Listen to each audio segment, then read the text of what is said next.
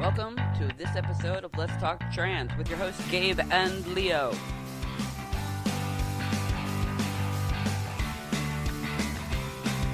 This is a show that supports the Lgbtq plus community as a whole while focusing on the lives, struggle, and achievements of transgender people. Are you ready? Let's get started.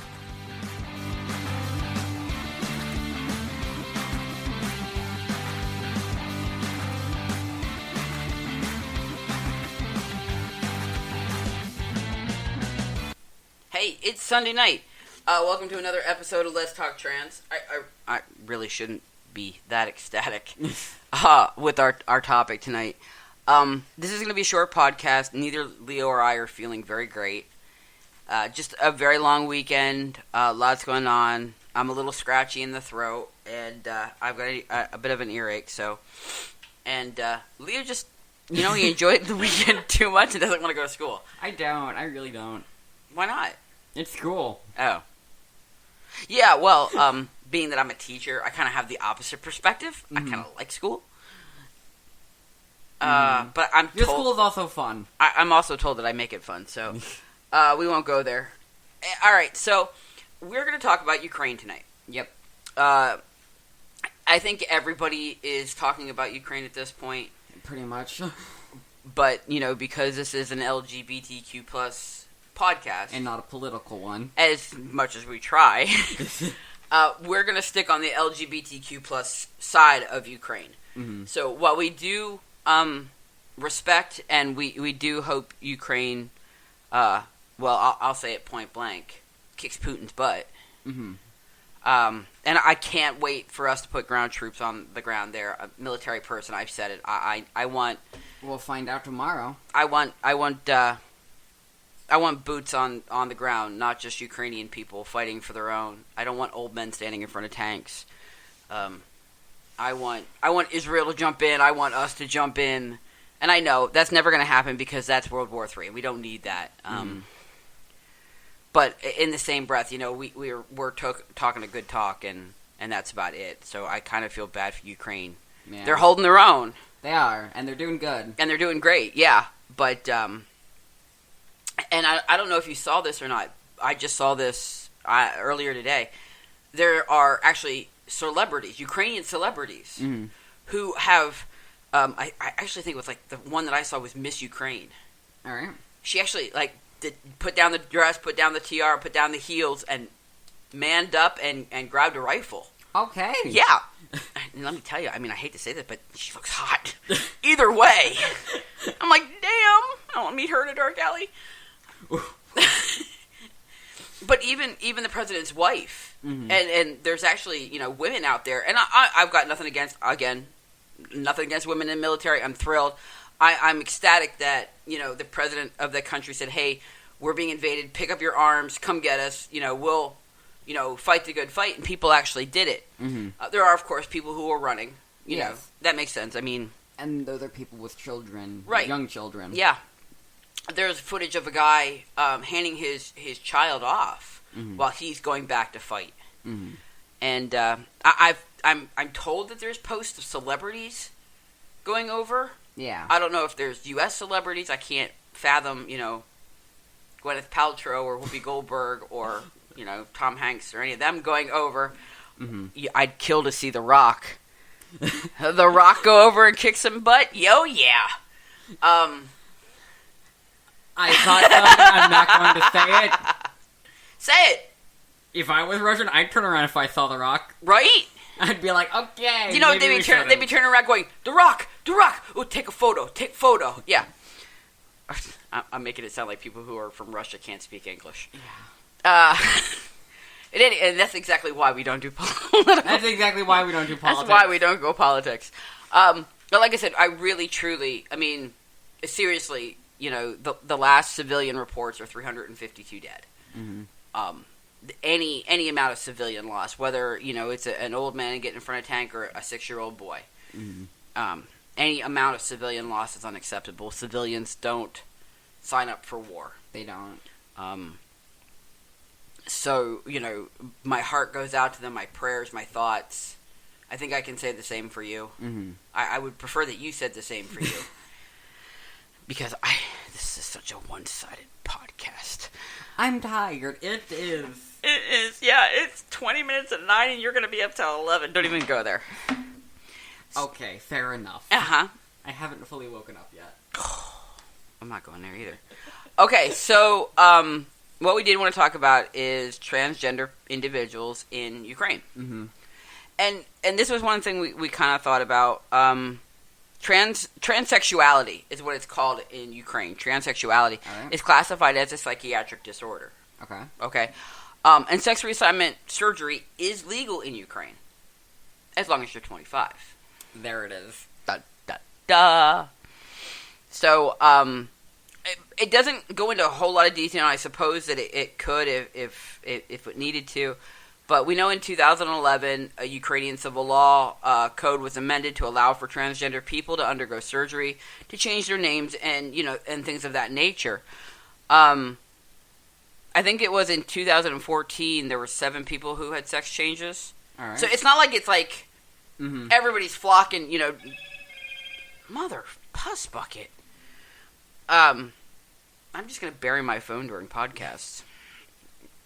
It's not like I was saying, it's not like everybody's running to have it done. It seems like transgender individuality in Ukraine are few and far between. What does that look on your face? I'm trying to find where it is on your phone to silence it. Oh, good luck with that. Have you never found it? How long have you had this phone? 2 months. Oh my god. I got it for myself for Christmas. Alright, I found it. Anyway, the nice thing is, and this is one of those things, military service for men is compulsory in Ukraine. That means it's required by law. Okay. I think. I should check that before I say that. That's horrible. Okay, compulsory. Yes, compulsory is required by law. So therefore, if you are a man in the service, you are required by law to serve. I would assume it's 2 years. Most countries that are like that are 2 years.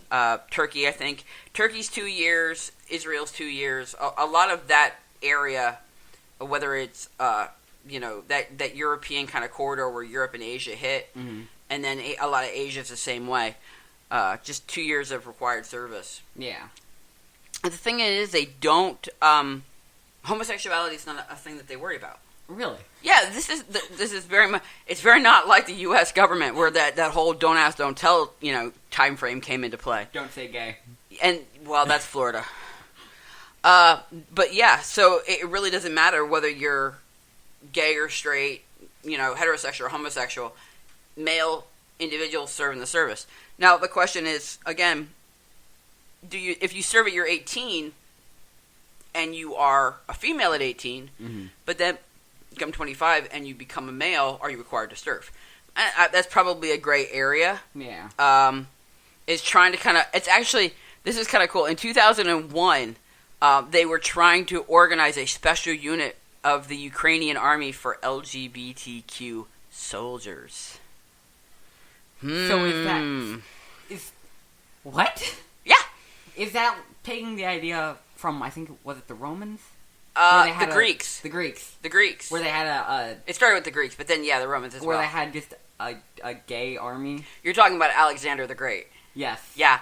Alexander the Great, who was notoriously... Hey, good on you for your history. Thank you. Oh. My history teacher did not teach me this. No, apparently not. No. I think you're working on American history. Sadly. Thing I learned in 5th grade. But yeah, Alexander the Great was... what we would now call today a flaming homosexual. And his unit or his company was predominantly homosexual males, and they actually had their own partners. They were partnered up with other soldiers. Okay. This being is that people thought that they would fight better if they were fighting to save not only themselves but their loved ones. Yes. And it was true. Alexander, this particular company was, vicious.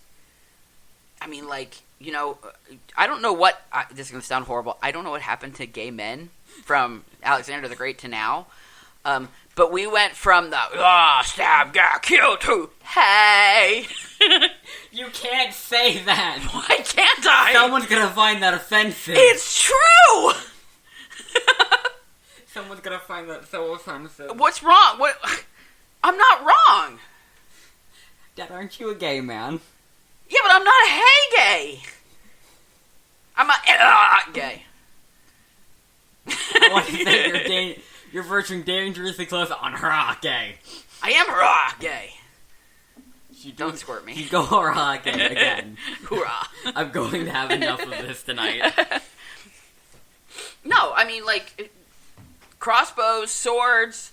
I've seen the basement. I know. I know it's in there. I chased you. I wholeheartedly admit. I am admitting on the radio that I chased you through the house with a scabber. It was a rapier. Yeah, but I didn't want to say that word on the radio. It just sounds too much like something else. Oh. So that's why I was saying a scabber. Ah. Yeah. I admit that. I mean, like, I'm... Agree to disagree. Dog had his opinion That's right. on that sword. You know, I'm not like, I'm a man's man type, you know, stuff, because I'm still learning, you know, my whole manly side. Mm-hmm. But in the same breath, I mean, like, I'll duke it out before I run away. Alright. And I'll be perfectly honest, and I was thinking about this today. If I had the financial means, and I did not have the responsibility of you and your sister, I'd be in Ukraine right now. Alright, fair. Because the Ukrainian president said, if you're going to volunteer, come over, we'll give you a gun. Mm-hmm. You know what? I would. Yeah. I would, hands down. And I believe because that's how strongly I you feel would. that. I'm sorry. Go ahead. That's how I believe you would. If she and I were off at college, and you were like, all right, they're off on their own life, they don't really need to meet anymore. Time to go to Ukraine. Because, like I said, because I think that that's the right thing to do. I think that what Putin is doing is wrong, and so I'm pretty sure half the world thinks what Putin's doing is wrong. Yes, but half the world's not prepared to, you know, jump ship and go in and, you know, where that's, you know, that's my forte. I'm gonna get slightly political here, and I don't mean to. More so than we already have? Yes. Go ahead. Even, I still can't believe that even China was like, maybe you just shouldn't invade Ukraine. I agree. While they're over there looking at Taiwan. I like the fact that initially, China was like, yeah, Russia's in the right, yeah. And then Russia crossed the line and China went, whoa, hey, we didn't say do that. Where did that come from? But yeah, so like I said, I wanted to kind of go more into gender identity in Ukraine. And even though it says that, you know, transgender surgery is completely acceptable after the age of 25, and that transsexuality is a mental diagnosis, it's not required by the Minister of Healthcare there as far as they're concerned. So, like, if you say at 25, you say, hey, look, I'm transgender, they're not going to do what doctors here in the United States do and go to a psychiatrist, prove it. Prove your mental illness. Prove you're insane. Because that's just not what that country feels. In the same thing, though, out of a country of millions upon people, I know there's like 2.8 million people in their capital. It's not really a huge country. I think Ukraine is actually like the size of Texas. No, I actually think it's around the size of Alaska. Is it really? Yeah. Should we check? Do you want to check? You got your phone in front of you. Pull it up. All right. Okay. And then find out how many people are there. Because, I mean, like, literally, like, as of July of 2021, there were only, like, 16 openly LGBTQ plus soldiers in the Ukrainian army. There were only a handful of transgender people in the country. Okay. So, Ukraine had an area of 233,000. And a population as of 2022. Okay. 2020 of 44.13 million. How many million? 44.13. 44.13 million. Okay. That's, I mean, yeah. I mean, that's not, like I said, that's not that bad. Okay, so here's what we know. All right, if you are homosexual in Ukraine, okay, this is LGBTQ rights. All right. Okay, there is no censorship. Okay? Discrimination is illegal on some contents. All right. Like, such as employment discrimination. Can't, do that. It's illegal for